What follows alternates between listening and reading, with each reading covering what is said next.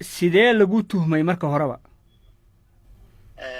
horta markii hore tuunku wuxuu igu soo galay xaafadda oo kiiska ka dhacay ayaan daris la ahaa oo degnaa haye marka waxaana ka mid ahaa macallimiinta jaamacadeed ee wax ka dhiga magaalada Kaalkacyo iyo iskuul ku yaala magaalada Kaalkacyo aan ka dhigayo isagana part time markii uu kiiska dhacay dadkii xaafadda laga aruuriyay oo qolooyinka ciidanka ay raafeen ayaan ka mid ahaa maxaa dhacay kadib marka laga xiray kabacdi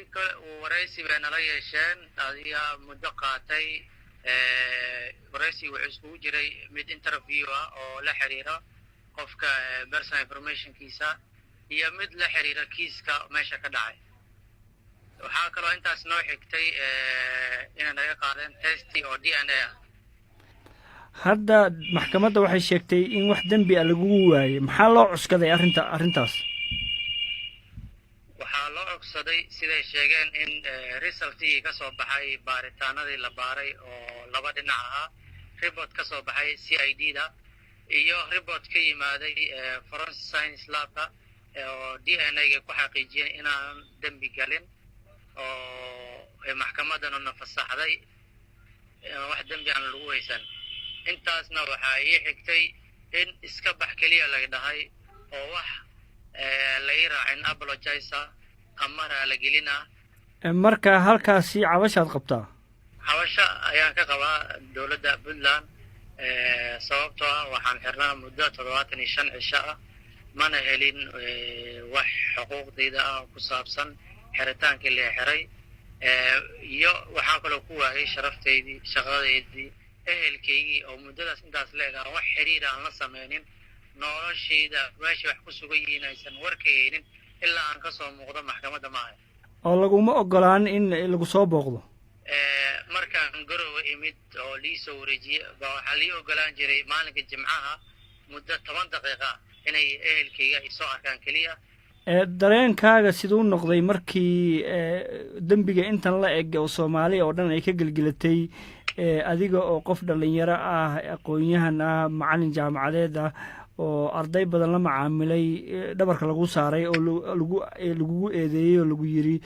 dadka la tuhunsan yahay ka mid ah horta kiiska markuu dhacay oo la yiri xaafadda raafka lagu sameeyo aan ka mid noqday dadka la xirxiray runaato aad ayaa uga murugooday sababtoo kiis aan lahayn markii lagu qabto waxay leedahay dhibkeeda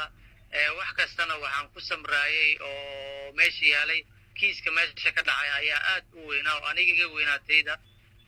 markii loo fiiriyo reerka dhibka soo gaaray intaas ayaa mar walba isku samarsiinayay midda kale oo xigtana waxay ahayd wax baarayana waa dad Soomaali ah Soomaalidana cadaaladeedana waa ogtahay meesha marayso arrintaasna xoogaa walwal ayay igu haysay markii loo eego dareenkayga hadda xaaladaadu waa sidee halkeedsa ku sugan tahay xaaladaydu maanta aad u fiicanahay dhibkii soo gaarana waxaa moodaa inaan maanta ka samirsanahay oo qadar Allah inay ahayd qadartii Allana aan ku qancay maantana waxaan ku suganahay magaalada Muqdisho markii hore aan ku noolaa waan imid waana caafimaad qabaa alxamdulillah wixii dhaafana ilaahay damdaaf iga dhigo kulli waqti iga lumana waa nin dhalinyaro ahay inaan soo kabsan doono ay u badan tahay laakiin shaqooyinkaagii iyo deegaankii magaalada Gaalkacyo waad ka soo wareegtay waan ka soo wareegay sababtoo ah haddii mar kiiskii u dhammaaday oo wax apologize laga bixinin shaqadiina aan ku waayay deegaankiina sharaf ahaan iyo wixii macallinkii wixii loo qabtay oo xoogaa saameyn ugu yeelatay saas li ajligeed waan iskaga soo wareegay